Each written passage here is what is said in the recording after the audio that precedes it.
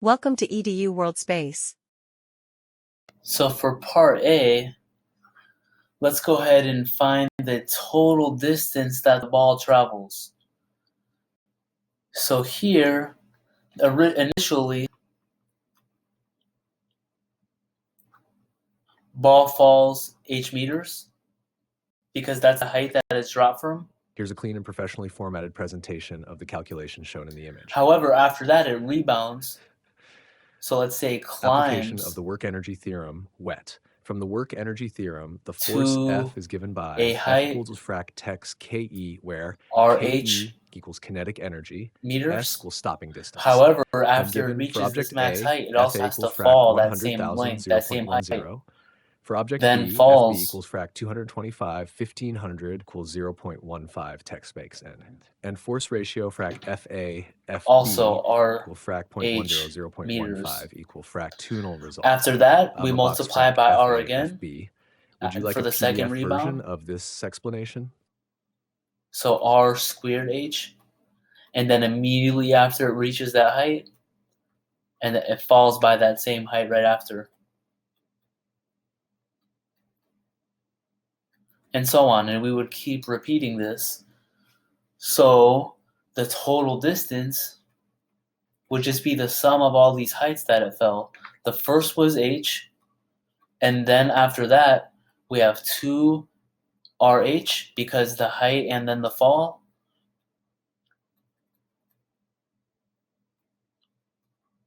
And then 2 RH, R squared H, and so on. And all these terms will all get 2's except the first one because the height and then the fall. So this is the geometric sum.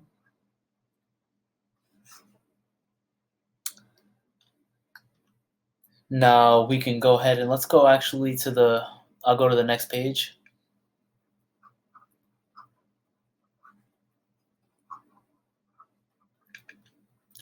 So first let's rewrite that sum. And now let's use the fact that this is a geometric series.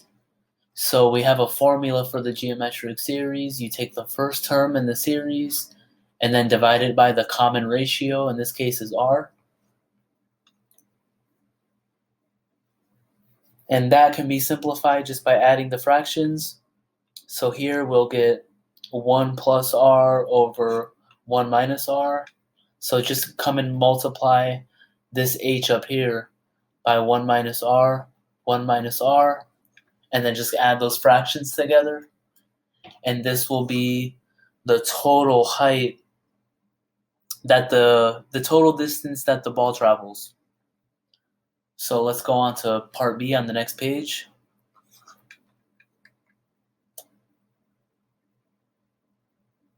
So first let's calculate the length of each fall.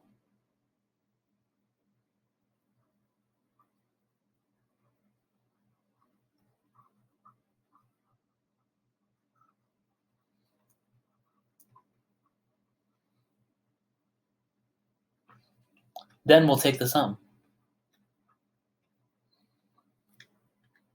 Sum of all the lengths of the falls.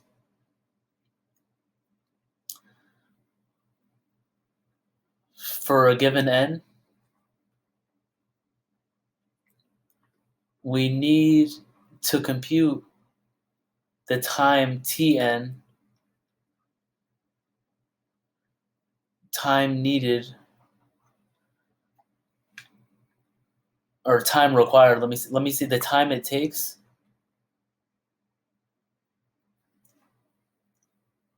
to fall, let's say, HRN meters. So here, using the hint,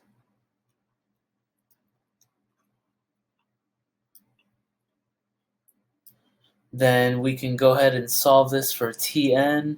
So do some algebra there to solve this for Tn. And then we have square root of R, but that'll go to the nth power. However, the reason we just need the length of the fall is due to the following. It takes the same amount of time to climb than it does to fall. I'll write that out. Since it takes the same amount of time to climb HRN meters as it does to fall, the same height, we have, using the same reasoning that we did in part A, the total time. So let's do like T for time, total time. So we have the first time, and then after that we start multiplying by 2. And again, just for the same thing in part A, the reason we're multiplying by 2 here is due to the fact that we have a rise and a fall. So that's why we're doubling the time. However, for the first one, it was just an initial drop. There was no rebound before the initial drop, so there's only a 1 TO. Now, using the fact that I already wrote the formula for Tn on the previous page, so let me write that out again to refresh your memory. You could just rewind the tape. But here I'm already writing this, so let me write that. That's Tn. Now we take this infinite sum, and here let me take a step back. Sorry, I'll have to erase this formula to go backwards. Let me keep the T0 here, and now let me write the remaining part in sigma notation.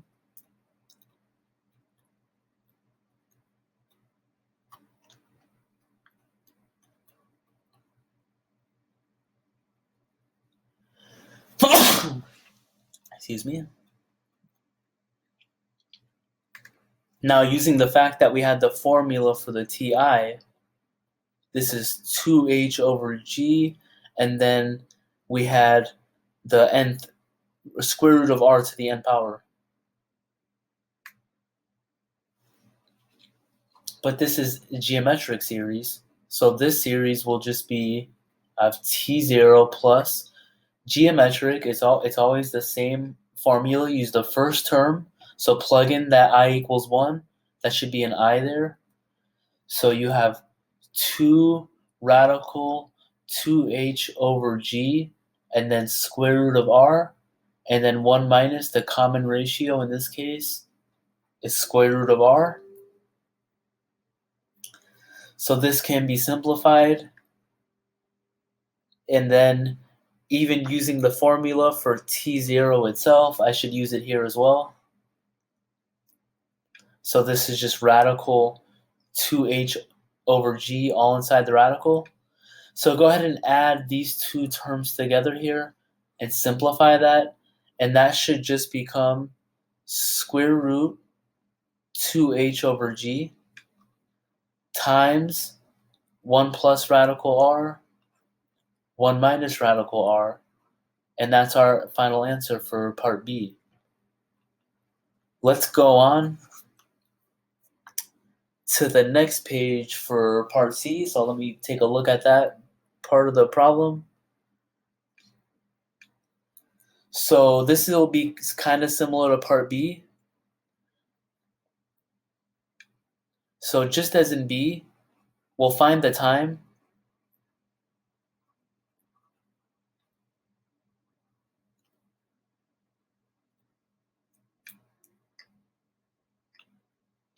So let's say time required to travel. So this is each trip, I guess, however you want to word it. So like each trip up and down. So up and then back down. And then once again, we'll take a sum.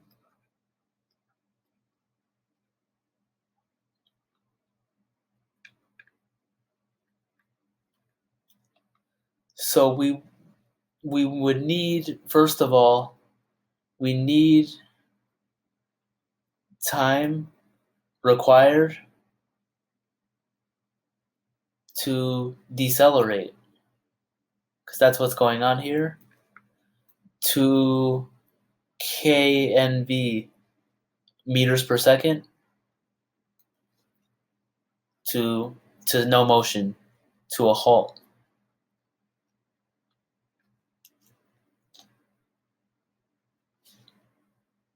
So equivalently, we can also, this is the same as accelerating from 0 to kNv. We want to know the time required. So we are going from, we have GTN equals kNv, but that can be solved. That's equivalent to Tn being kNv over G. So we're in part C. This is our formula. Now we find T, the total time. So this is just as before in part B. We'll start bringing in those 2's after we get to 1. Now this, I can also rewrite this in a different way instead of writing it as a geometric sum right now. So here, we can just write this as 0. Let me be consistent. T0, let's go find that right now. T0 is just V over G. Then here we have this infinite sum. So the first term, first I should go ahead and just write that out. KV over G, 2K squared V over G, and so on. Now this, let me come up here. V over G, this is a geometric series, so the first term, all divided by the common ratio, which in this case is just K. So let me go on to the next page. One could add those fractions together, and this should all simplify to V over G times 1 plus K over 1 minus K. And that's our answer for part C, and this solves the whole problem.